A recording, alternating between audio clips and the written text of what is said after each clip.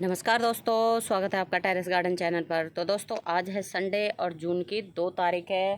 शाम के 6:30 बज रहे हैं और हमारे यहाँ 2 दिन से ऐसा मौसम हो रहा है, बार बार बादल आ रहे हैं और बार बार धूप निकल रही है, लेकिन बारिश अभी तक भी एक बार भी नहीं आई है। और ऐसे में हमारे पौधों की हालत भी थोड़ी सी ख़राब हो रही है।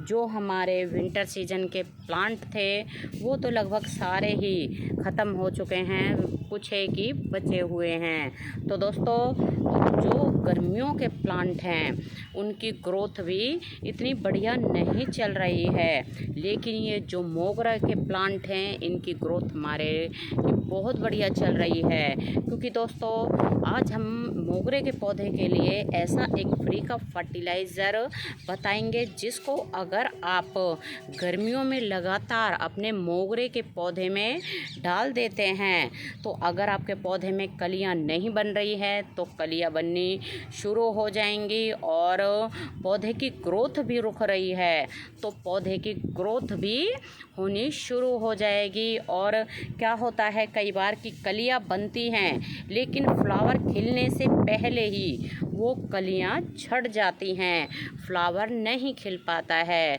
तो वो फर्टिलाइज़र अगर हम डालते हैं तो कलियां जो है फूल में बिल्कुल बदल जाएंगी, सभी की सभी कलियां खिल जाएंगी। तो दोस्तों आइए फिर जानते हैं वो कौन सा हमारा फ्री का लिक्विड फर्टिलाइज़र है। तो दोस्तों ये है वो हमारा फ्री का लिक्विड फर्टिलाइज़र, ये है ऑनियन पील लिक्विड फर्टिलाइज़र। तो गर्मियों में प्याज ठंडी रहती है और इसलिए हम भी जो है गर्मियों में प्याज खाते हैं, कच्ची प्याज, और पौधों को भी प्याज का जूस पिलाते हैं। और जब हम प्याज का जूस अपने गर्मियों में मोगरे के पौधे में डालते हैं तो इसकी ग्रोथ 4 गुना बढ़ जाती है और फ्लावर भी 4 गुना ज़्यादा आते हैं। तो दोस्तों इसको हमें क्या है चारों तरफ अपने मोगरे के पौधे में इस तरह से डालना है।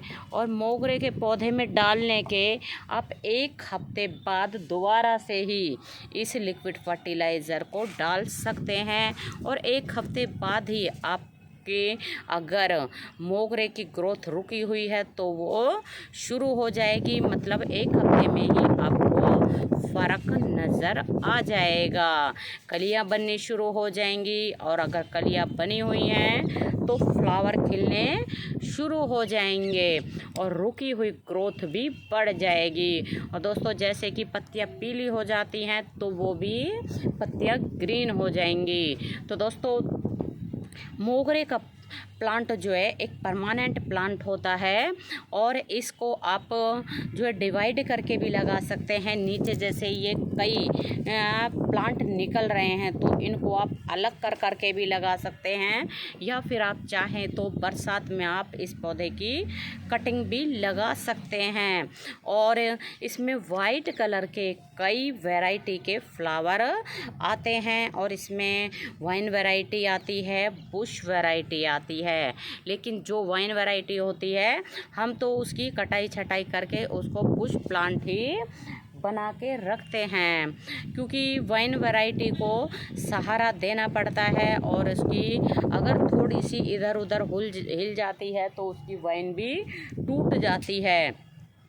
और जिस प्लांट को हम बुश प्लांट बना के रख सकते हैं तो उसकी हम कटाई छटाई बिल्कुल करके और बुश प्लांट ही बना के रखना पसंद करते हैं।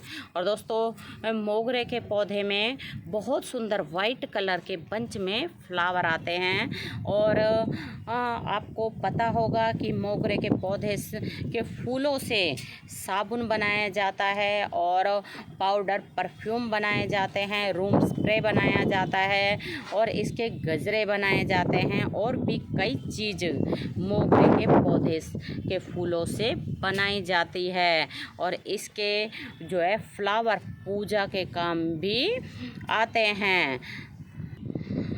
तो दोस्तों प्याज तो अक्सर हर घरों में ही यूज़ होती है। कोई एक ही ऐसा घर होगा, एक आधा घर ही ऐसा होगा जिसमें प्याज का इस्तेमाल नहीं होता है, वरना हर घर में प्याज का इस्तेमाल होता ही है। तो प्याज के जो छिलके निकलते हैं उनको फेंकने की बजाय आप उन छिलकों को गर्मियों में बस 24 घंटे भिगो के रख दें। ज़्यादा भिगोने की ज़रूरत नहीं है। सर्दियां हैं तो आप 2-3 दिन भिगो के रख दें, और गर्मियों में तो सिर्फ आप 24 घंटे ही इनको भिगो के रख दें, और उसके बाद पानी को छान के और पौधों में डाल दें। और अगर प्याज के छिलकों के बड़े बड़े पीस हैं तो फिर छानने की भी ज़रूरत नहीं है। आप प्याज के छिलकों को अलग से हटा के और जो लिक्विड बचता है उसको एक, जैसे गिलास पानी है और एक फर्टिलाइज़र है, तो दोनों को मिक्स करके डाल दें। मतलब एक गिलास फर्टिलाइज़र में एक गिलास सिंपल पानी कर मिला के डाल दें, और फिर आप देखना बिल्कुल आपके मोगरे के पौधे में नई ऊर्जा आ जाएगी। प्लांट बिल्कुल ग्रीन हो जाएगा, और इसमें फ्लावर तो आप देख ही रहे हैं कितनी सारी कलियां बन रही हैं। और साथ ही साथ दोस्तों, जैसे कि ये फ्लावर आके इस तरह से ख़त्म हो जाते हैं, सूख जाते हैं, तो हमें इनको थोड़ा थोड़ा सा आगे से जो है पिंच कर देना चाहिए, सूखे हुए फूलों को हटा देना चाहिए। तो इससे क्या होता है कि जब हम इनको हटाते हैं, थोड़ी थोड़ी पिंचिंग कर देते हैं, तो इनकी जो है जहाँ से हम इनको तोड़ते हैं उसके नीचे से फिर 2 ब्रांच निकलती हैं। जैसे ये निकल रही है, यहाँ से तोड़ा है तो ये 2 ब्रांच निकल गई हैं, और मोगरा के पौधे में जो है टिप के ऊपर ही फ्लावर आते हैं, जैसे ये बन रहे हैं। तो जितनी हम कटाई छटाई इस पौधे की करते हैं उतना ही ज़्यादा हमारा बुशी ये प्लांट होता है, और जितना ज़्यादा बुशी प्लांट होता है उतने ही ज़्यादा इस पौधे में फ्लावरिंग होती है।